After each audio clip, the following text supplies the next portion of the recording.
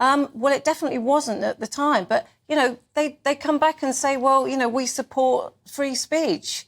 But I can't see it. I can't really see it. Well, From where I'm sitting anyway, I can't. But and let me just be clear on this, Dan. I'm not sure whether or not that was the reason I was given the contract that I was given. So what happened? What actually happened with your departure?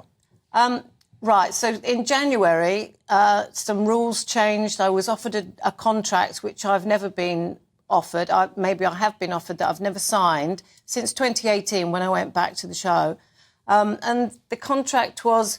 I only saw the contract about a month and a half ago, 2 months ago, and we challenged it, you know, nicely challenged it and politely argued it. And that's me and my agent I'm talking about, not we. I'm not the royal we, talking like I'm the Queen. But we challenged it for a long time, but there was absolutely no backing down. And so in the end, I just had to say, no, I can't sign that contract. It's too restrictive, it's unworkable. As I said in the interview I did with Best Magazine, it's unworkable, it's unreasonable and it's unjust. All of those things. And I just thought if I sign that, well, I'm an idiot, so I didn't sign it, and that's for me is exactly how I left. But having said that, like I said before, I'm pretty sure there were people at ITV who weren't happy with me having the views that I had. And that radio show that was named in the article on Sunday was 2 months ago now. Now I think that if ITV were going to make that a point of getting rid of me, then I would have thought they would have done it before now, because, as I said, I've had those views for a long time. But it sounds like they were potentially looking for a way, as ITV often does, to ease you out, maybe. Well, you might say that.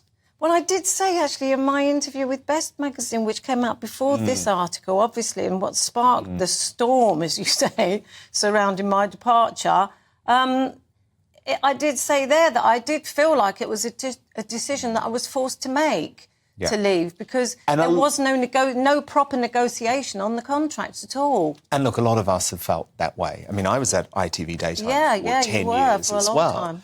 And with me, it was before the COVID pandemic when I chose to leave. But one of the main reasons behind that is that I was censored when it came to speaking about Meghan Markle and Philip Schofield. Yeah. Both people who I've broken stories on, and ITV didn't like that, even though I was doing journalism. Yeah. With Piers Morgan, it was related to his comments on Meghan Markle. Yeah. With Jeremy Clarkson, it was related to his comments on Meghan Markle. But certainly over the COVID pandemic, it was when I noticed that all of a sudden ITV wasn't just spouting the government propaganda, they almost seemed to believe that they were an extension of the state, that they had some sort of duty to spread public health messaging, and they can hide behind Ofcom all they like. And you know I have huge problems with Ofcom. We've seen what's happened with Mark Stein and Ofcom on this channel. But the reality is, Ofcom doesn't stop you having a debate. Ofcom doesn't say you only have to have one monolithic view on COVID. So I think ITV is sort of hiding behind Ofcom responsibilities, when actually, if they're a responsible broadcaster, they should be questioning the COVID narrative, because loads has turned out to be completely untrue. Loads of what we were put through, for example, being forced to wear masks or vaccinate children. Yeah. And the other thing is, the audience, you know, there is a massive audience out there, and I found this out from all the publicity that's been going around this in the last few days. People are much more awake than I actually thought they were, and there is an audience out there for that. And if you don't, you know, cater towards those people and give them their voice, then they will switch off, and this was the problem. But as I said on the radio interview that was pulled apart in that article, the whole of the mainstream media seemed to have been bought up by the government or the narrative. It was advertising, and that was their money, so they didn't want to mess that up. Exactly. And also, the ratings went through the roof. Yeah. Because all of a sudden, if you're at ITV Daytime and everyone's locked at home, more people are watching. They had record ratings. Yeah. So I'm sorry, they seem to get off on it. Yeah. They seem to luxuriate in this lockdown. Maybe at the time, you know, we were a bit ahead of our time with our views. I'm putting you into that group as well, because you know there were a group of people who were awake. We did challenge it. Yeah, exactly. What about the general wokery, Carol? Because I've really noticed ITV has changed on that front too. So at the weekend, we saw them host this Bridgerton actress who described the balcony of Buckingham Palace as terribly white.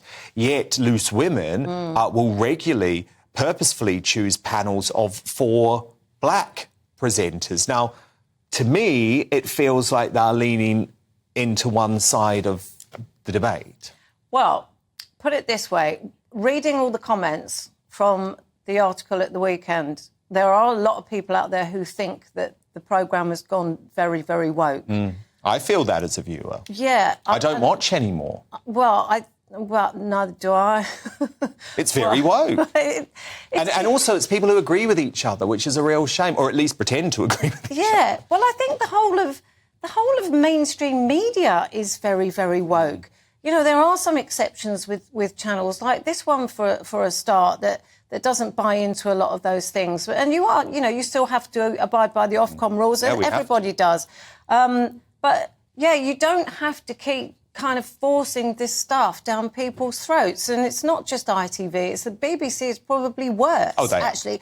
And actually, saying that, Channel 4 is probably the worst out of all of them. So, you know, it's not a place where I feel I fit in. And even though that you should be having the debates and you should be, you know, seeing some kind of difference of opinion in the things, in the typical woke ideals, that you don't really get it anymore. You're not allowed to say it. And if you do, you either get censored or you get cancelled, as many people have learnt to their cost.